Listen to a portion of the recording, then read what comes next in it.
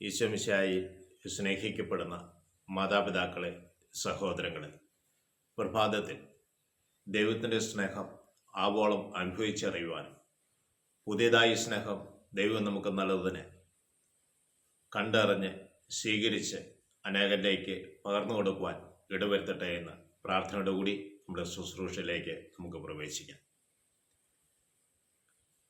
പരിശുദ്ധാത്മാവിൻ്റെ വരങ്ങളിൽപ്പെട്ട അറിവിൻ്റെ വചനത്തെക്കുറിച്ച് നമ്മൾ കണ്ടുകൊണ്ടിരിക്കുകയാണ്.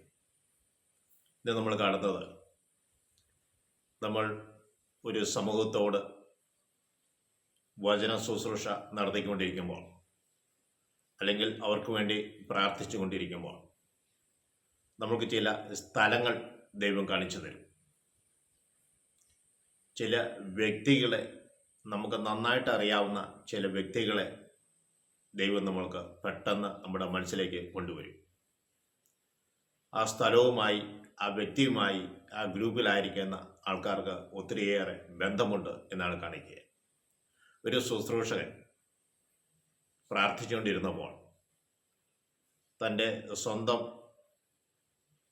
പെട്ട ഒരു വ്യക്തിയെ കൺമുമ്പിൽ കൊണ്ടുവന്നു. ആ വ്യക്തിയുടെ എല്ലാ സ്വഭാവങ്ങളും ഈ ശുശ്രൂഷകൻ അറിയാം. അദ്ദേഹം നല്ല മദ്യപാനിയാണ്. അദ്ദേഹം മദ്യപിച്ചു കഴിഞ്ഞാൽ ആയുധം ഉപയോഗിച്ച് ഭാര്യയും മക്കളെയും ഉപദ്രവിക്കുവാൻ വേണ്ടി ഓടും. മക്കളും ഭാര്യയും വീട്ടിൽ നിന്ന് പുറത്തു പോയി കിടക്കേണ്ട ചില സാഹചര്യങ്ങൾ ഉണ്ടാക്കും. അങ്ങനെ വീട്ടിലുള്ളവർക്ക് എന്നും പ്രശ്നങ്ങൾ ഉണ്ടാക്കുന്നവനാണ്. ആ ശുശ്രൂഷകന് ആ വ്യക്തിയെ കണ്ടപ്പോൾ ആ ഗ്രൂപ്പിനോട് ഒരു സന്ദേശം കൊടുക്കാനുണ്ടായിരുന്നു. മദ്യപിക്കുന്നവർ അനേകർ ഇവിടെയുണ്ട്, കുടുംബത്തിൽ ബഹളമുണ്ടാക്കുന്നവർ ഇവിടെയുണ്ട്. അവരെ കർത്താവ് കാണുന്നു, അവരെ മാനസാന്തരപ്പെടുവാൻ കർത്താവ് ആഗ്രഹിക്കുന്നു, നിന്നെ കർത്താവ് ഇപ്പോൾ തൊട്ടുകൊണ്ടിരിക്കുന്നു എന്നൊരു സന്ദേശം ആ വ്യക്തി കൊടുക്കുകയുണ്ടായി. അനേക വ്യക്തികൾ ആ ശുശ്രൂഷയിലൂടെ മദ്യപാനത്തിൻ്റെ ദുശീലത്തിൽ നിന്ന് അവർ മോചിതരാവുകയും ചെയ്തു. ഹല്ലേലൂയ. ചില വ്യക്തികൾ, നമുക്ക് പരിചയമുള്ള ചില വ്യക്തികളെ അടുത്ത് കൊണ്ടു തരുമ്പോൾ ആ വ്യക്തിയുമായി ബന്ധപ്പെട്ട കാര്യങ്ങളാണ് കർത്താവ് നമ്മൾ സംസാരിക്കുന്നത് എന്ന് തിരിച്ചറിയുക. ചില സ്ഥലങ്ങൾ നമ്മൾക്ക് കാണിച്ചു തരും. ആ ചില സ്ഥലങ്ങൾ നമ്മൾക്ക് കാണിച്ചു തരുമ്പോൾ നമ്മൾ വ്യക്തിപരമായി സംസാരിച്ചുകൊണ്ടിരിക്കുന്ന വ്യക്തിയാണെങ്കിൽ അതുപോലുള്ള സ്ഥലത്തിൽ വെച്ച് ഇവർക്ക് ഏതെങ്കിലും അപകടങ്ങളോ മാനഹാനിയോ ദൈവത്തിനെതിരെ പാപം ചെയ്തു പോയ ചില സാഹചര്യങ്ങളോ അവർക്കുണ്ടായിട്ടുണ്ടാകാം. ചിലപ്പോൾ അവിടെ വെച്ച് അവർക്ക് ഒരു അപകടമോ ഉണ്ടായിട്ടുണ്ടാകാം. ദൈവം അത് അവരെ വെളിപ്പെടുത്തി കൊടുക്കുകയാണ്. കാരണം യേശു ക്രിസ്തു വർഷങ്ങൾക്ക് മുമ്പ് സംഭവിച്ച കാര്യങ്ങൾ കണ്ടിരുന്നു.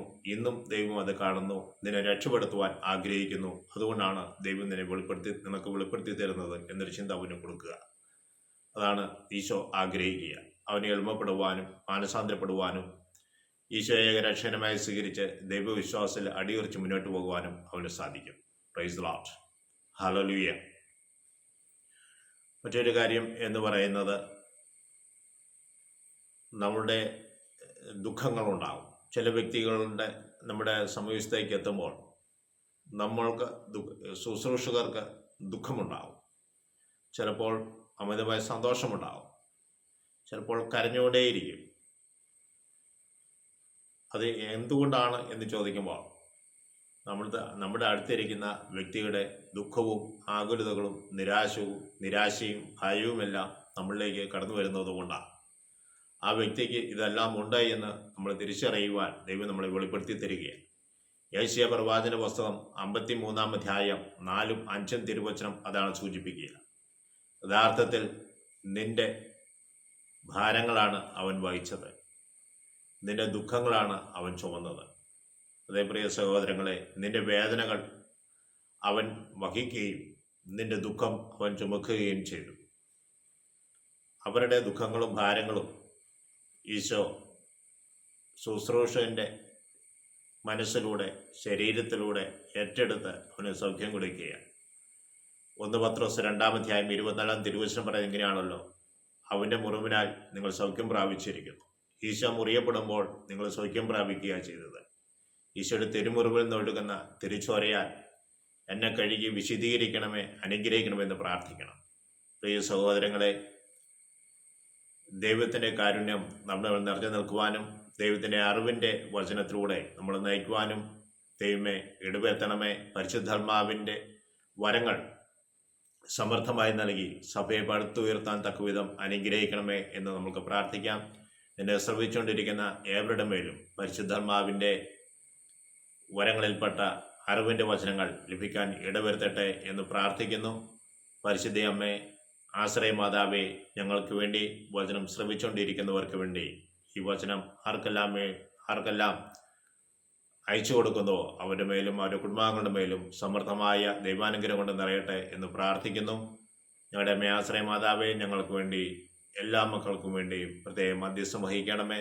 പിതാവിനും പുത്രനും പരിശുദ്ധാത്മാവിനും സ്തുതി.